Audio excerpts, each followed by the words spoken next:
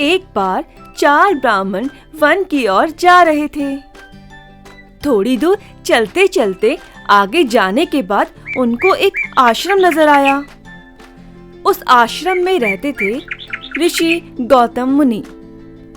चारों ब्राह्मण उस आश्रम की ओर गए।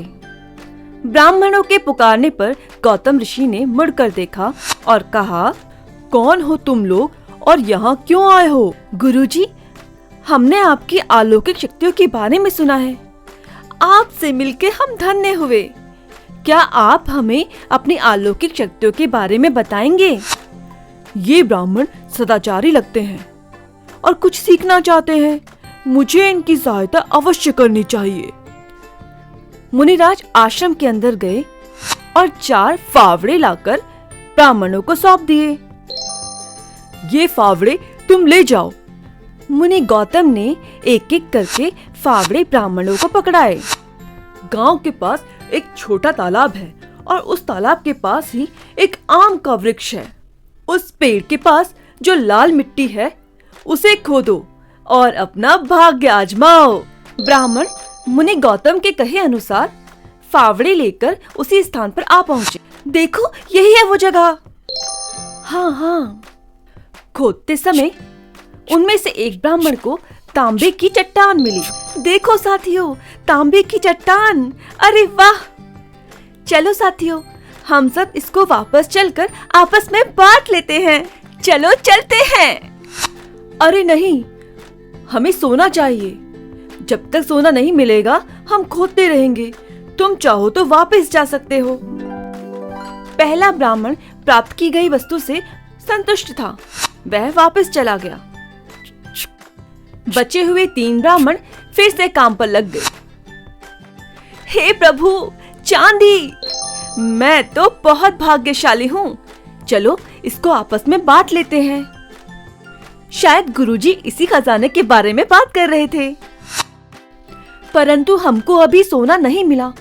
हम कोशिश करते रहेंगे। तुम चाहो तो वापस जा सकते हो। दूसरा ब्राह्मण भी अपनी प्राप्त हुई वस्तु से प्रसन्न था। वो भी वहाँ से चला गया। अब बचे हुए 2 ब्राह्मण सोने की तलाश में फिर से मिट्टी खोदने लगे। कुछ देर बाद उन्हें कुछ चमकीली चीज दिखाई दी। देखो, सोना मिल गया। चलो हम इसे बोरी में भरकर ले जाते हैं। शायद गुरुजी ने यही कहा था। अरे नहीं, लगता है यह एक विशेष जगह है। पहले तांबा, फिर चांदी और अब सोना। मैं कोशिश करूं तो मुझे हीरे भी मिल जाएंगे। तुम चाहो तो तुम जा सकते हो। मैं यहीं रह के कोशिश करूंगा। अरे इतने भी लालची मत बनो। अब अंत में कुछ हाथ नहीं लगेगा। हमें पहले ही बहुत कुछ मिल चुका है। अरे अब चलो चलते हैं। नहीं, अब मैं हीरे लेकर ही आऊंगा। तुम देख लेना। चौथा ब्राह्मण खोदते खोदते थक गया और उसे बहुत देर भी हो चुकी थी। परंतु ब्राह्मण ने खोदना बंद नहीं किया।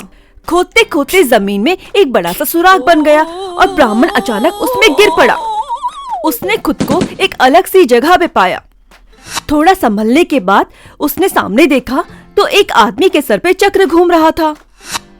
तुम कौन हो और यहाँ क्या कर रहे हो? ये तुम्हारे सर पे चक्र क्या है? ब्राह्मण के ऐसा पूछते ही चक्र उसी के सर पर आ गया और घूमने लगा। हटाओ इस चक्र को। मैं इसमें कुछ नहीं कर सकता। यह सब भगवान के हाथ में है। यहाँ लालची लोग गिरते हैं। अब तुम्हें ही इस खजाने की रक्षा करनी पड़ेगी। तुम्हें ना भूख होगी, ना प्यास, ना ही उम्र बढ़ेगी। मृत्यु चक्र से भी बचे रहोगे। अरे पहले ये बताओ कि इस चक्र से कैसे मुक्त हूँ? कोई और लालची इंसान खोदते खोदते अगर यहाँ गिरे तो शायद।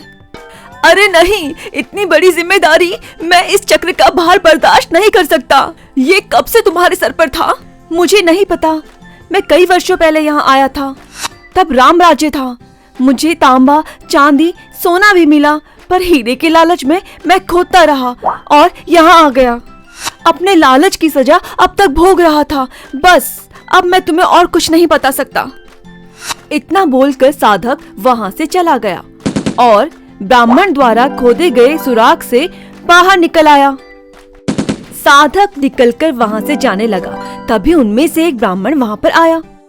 वो तो यहीं खोद रहा था, पता नहीं कहाँ रह गया। हाँ? ओ, सुनिए, मेरा मित्र मेरे साथ यहाँ पर खोद रहा था। क्या आपने उसे कहीं देखा है? साधक हंसने लगा और तीसरे ब्राह्मण को सारी घटना के बारे में बताया। ब्राह्मण वहां से मजबूर और निराश होकर घर वापस लौट गया। तांबा, चांदी और सोना मिलने पर भी तुम रुके नहीं। अगर तुम हमारे साथ चलते तो आज ये सब नहीं होता। मुझे माफ करना मेरे मित्र, मैं तुम्हारी मदद नहीं कर सकता। हमें कभी भी लालच नहीं करना चाहिए।